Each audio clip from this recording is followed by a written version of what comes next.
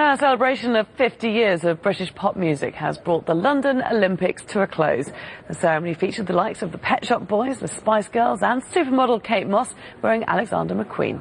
And it paid tribute to what even the usually cynical British tabloid press called the greatest show on earth.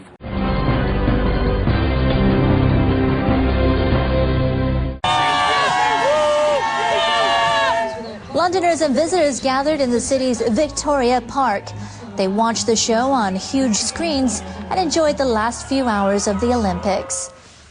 All the athletes and all the public, all the volunteers have been amazing. Everyone's been so friendly, there's been no trouble whatsoever. And it's been such a good atmosphere, really enjoyed it, yeah. It's made us really proud to be British, definitely. Yeah. Really proud. Yeah.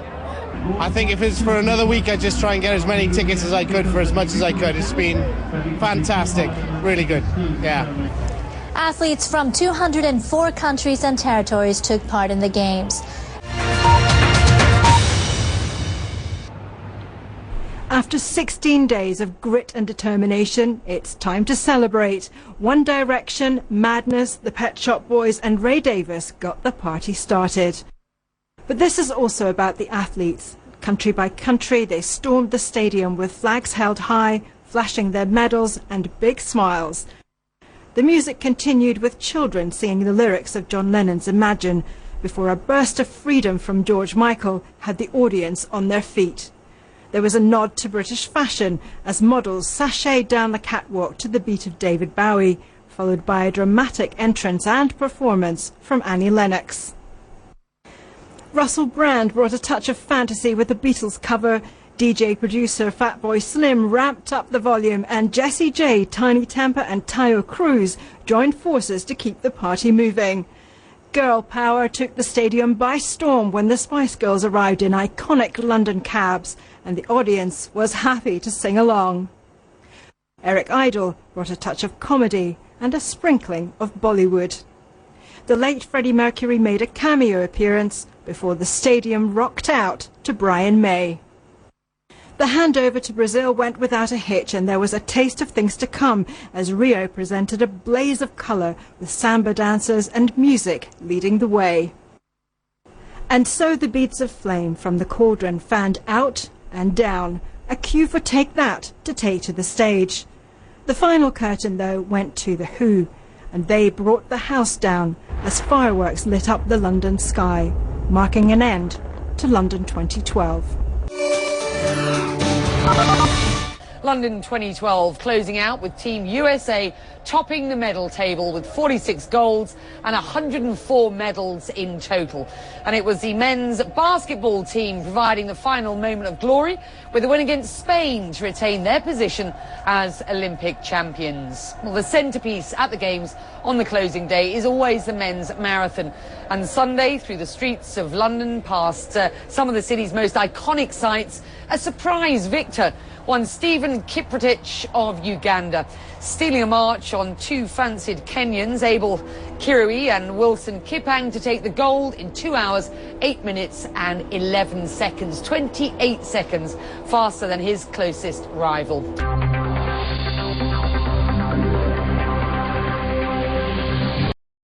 No royal arrival by parachute this time, just Prince Harry on foot with the IOC President Jacques Rogge.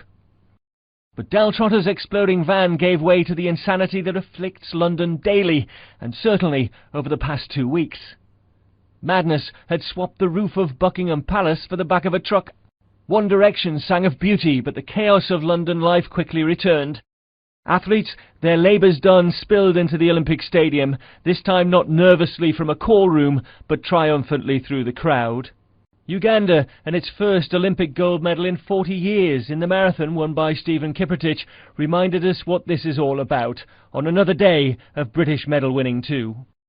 Watford's 22-year-old super heavyweight boxer Anthony Joshua, 6'6" and 17 stones, won Britain's 29th and final gold medal of these Games, staging a dramatic last-round comeback against the Italian defending champion Roberto Camarel, and then surviving an appeal. And Cardiff's 21-year-old welterweight Fred Evans had landed silver after defeat by Kazakhstan's Serhii Sapiev. All of which means Britain finished top of the boxing medals table at London 2012. But Team GB's very last medal, a silver, was won at Greenwich Park by 22-year-old Samantha Murray from Preston in the women's pentathlon. She'd been inspired, she said, by what she'd seen 4 years ago in Beijing.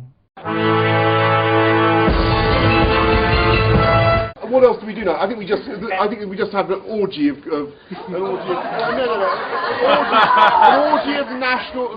national congratulations and thanks. And what it shows is that the power of sport to do fantastic things. The United States tops the medals table with 104 podium finishes and 46 golds, ahead of China and Team Great Britain. France ranked 7th with 34 medals. Jamaican sprinter Usain Bolt provided one of the standout performances of the Games, defending his 100-metre, 200-metre and 4x100-metre titles, confirming his position as the fastest man on earth with 6 Olympic golds. He's an icon, he's the best sprinter of all times. I think that is a good qualification. A good Games too for American swimmer Michael Phelps, who became the world's greatest Olympian by winning 6 medals, bringing his lifetime total to 22. It wasn't a Games without controversy though, including the disqualification of 8 Chinese badminton players accused of trying to lose their matches. But Team Great Britain excelled themselves in front of a home crowd with their best medal haul since 1908. The Olympic torch now passes to Rio de Janeiro for 2016, while London gears up for the Paralympic Games, which begin on the 29th of August.